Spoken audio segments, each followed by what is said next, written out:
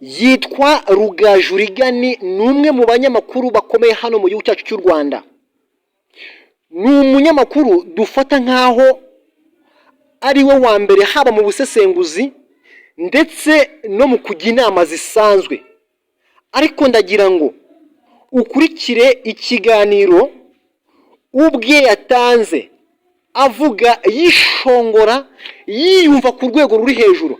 Hanyuma yaho turaje twicare tumusesengure twumve ese koko ibyo yavugaga hari ishingiro bifite, ese nta kwirata kurimo, ese ibyo yavuze byafasha sosiyete.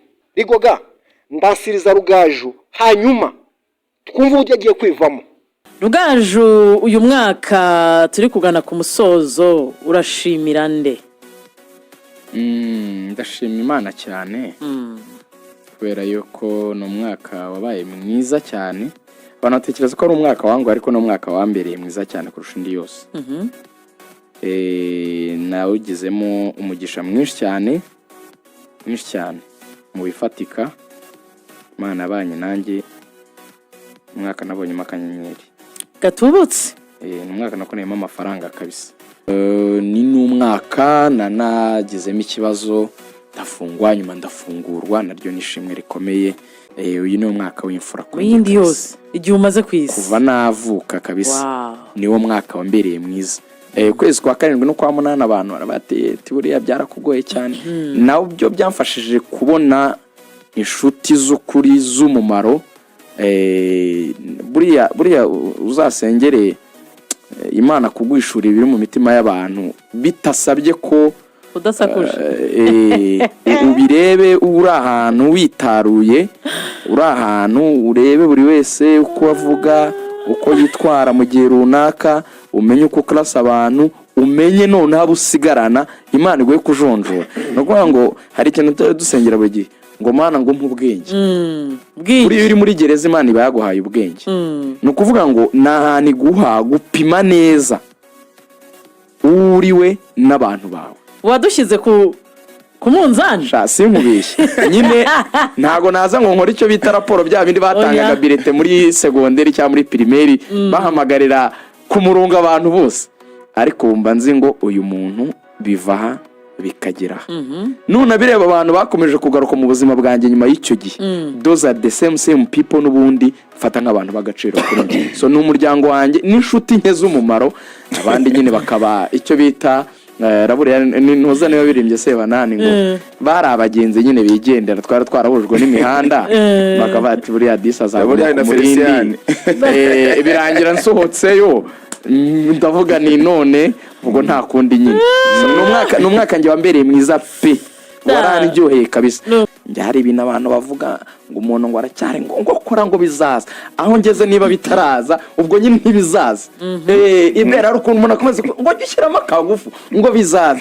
Namaze imyaka 7 ndi guhinga ibintu bitera, ubwo nyine byaranze. So abo rero ngewe ubu ngeze mu gihe cyo kuvuga ngo mbimpe ibiceri, ibindi byose umuntu yaje kundana namwe ufite angahe, ibyo uje kumbwira birimo akanyenyeri kangana gate, kuko nkeneye kugira ahantu nzatuza umugore wanjye n'abana banjye.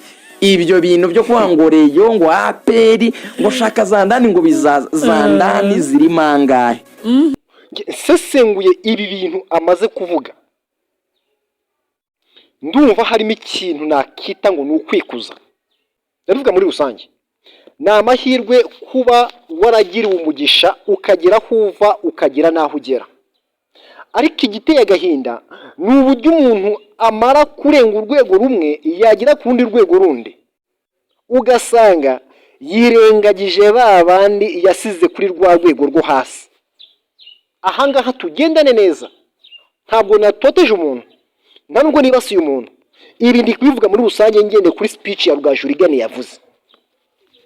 None se nimba hari ikintu ufite ukaba udashaka kuba wagisangiza abandi, ngo uzagisangiza abandi ari uko bagize ikintu baguha, harya nge niba nta bushobozi mfite bwo kuba naguha n'ayo mafaranga da, nakugana ngusaba ibitekerezo, singusabye amafaranga s'il vous plaît, ngusabye ibitekerezo, inama ndetse n'inyunganizi, kugira ngo ndebe ko nanjye nagira aho mva n'aho ngera. Ariko nagusanga ukanyamaganira kure ngo nuko nta kintu naguhaye. Where is personalities? Ubwo bumuntu buri hehe? Well and good. Akanyenyeri warakabonye nibyo. Ayo mafaranga uvuga wabonye warayabonye koko. Ariko se kuba yabonye wowe ufite uruhe ruhare mu kuzamura wasize hasi? Imyumvire nk'ingiyi ngewe rwose ntabwo nyishyigikiye. I'm sorry to say so. Imyumvire nk'ingiyi ntabwo nyishyigikiye. Amafaranga n'ayawe nibyo, wenda hari n'ibyo ukora biremereye biguha amafaranga, ariko ibyo uvana aho ukora ubikoresha ute mu guteza abandi imbere? Icyo kintu ngira ngo Rugaju Rigani, niba utakivuze kigucitse, wakagombye kudeklara wowe usaba imbabazi abanyarwanda, kuko ngewe ntabwo mbishyigikiye uburyo nakumvagamo n'uburyo nagufatagamo. Nge nifite igitekerezo cyo kuzakwegera nkakubaza,